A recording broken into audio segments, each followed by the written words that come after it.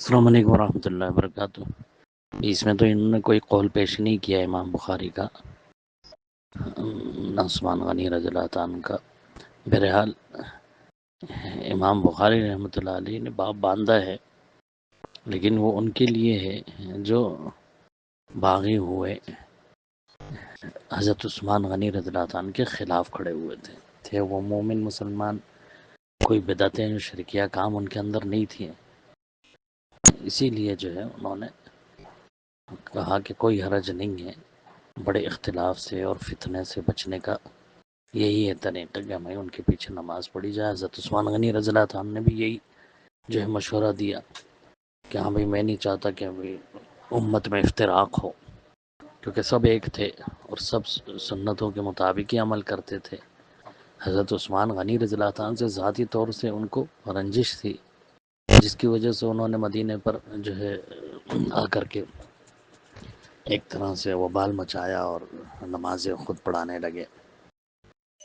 اور ان کو جو ہے نظر بند کر دیا تھا حضرت عثمان غنی رضی اللہ عنہ کو، کیونکہ ان کو غلط فہمیاں ہوئی تھی بہت ساری، ان کو جو ہے بھڑکایا گیا تھا باقاعدہ، بیچ میں جو کچھ یہودی سازشی تھے انہوں نے جو ہے افواہیں پھیلائی تھی غلط، جس کی وجہ سے حضرت عثمان غنی کے خلاف ہو گئے تھے۔ تو وہ کوئی مشرک اور بدعتی نہیں تھے وہ لوگ، جس کی وجہ سے یہ کہا جائے کہ ہاں بھائی نہیں، حضرت عثمان غنی رضی اللہ عنہ نے اجازت دی ان کے پیچھے نماز پڑھنے کی، تو آج جو یہ بدعتی ہیں ان کے پیچھے بھی پڑھ سکتے ہیں۔ آج کی بدعتیوں کی حالت دیکھیں تو ہر طرح سے وہ شرک میں پوری طرح ملوث نظر آتے ہیں ہمیں، تو اس پر تو باقاعدہ کتاب ہے ان کی، شاہ بدی الدین شاہ راجدی کی، بڑے عالم گزرے ہیں پاکستان کے، انہوں نے کتاب لکھی اس پر۔ اسی طرح زبیر علی زئی کی ہے کتاب اس پر، امامت کے مستحق کون،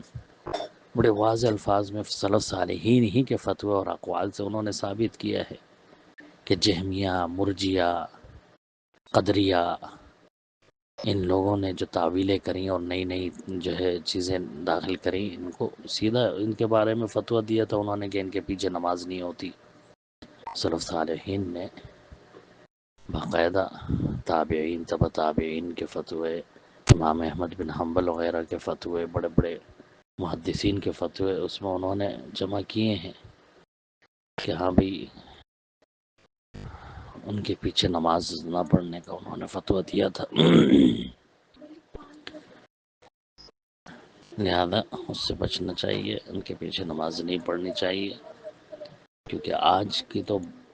اس دور کی بنسبت کئی گنا زیادہ جو ہے قبیح بدعتیں جو ہیں وہ مروج ہو چکی ہیں، اور جیسا کہ انہوں نے خود کہا ہے کہ ایسی بدعت نہ ہو جو اسلام سے خارج کر دے۔ تو آج کی بدعتیں دیکھیں تو اللہ ہی رحم فرمائے، کھلے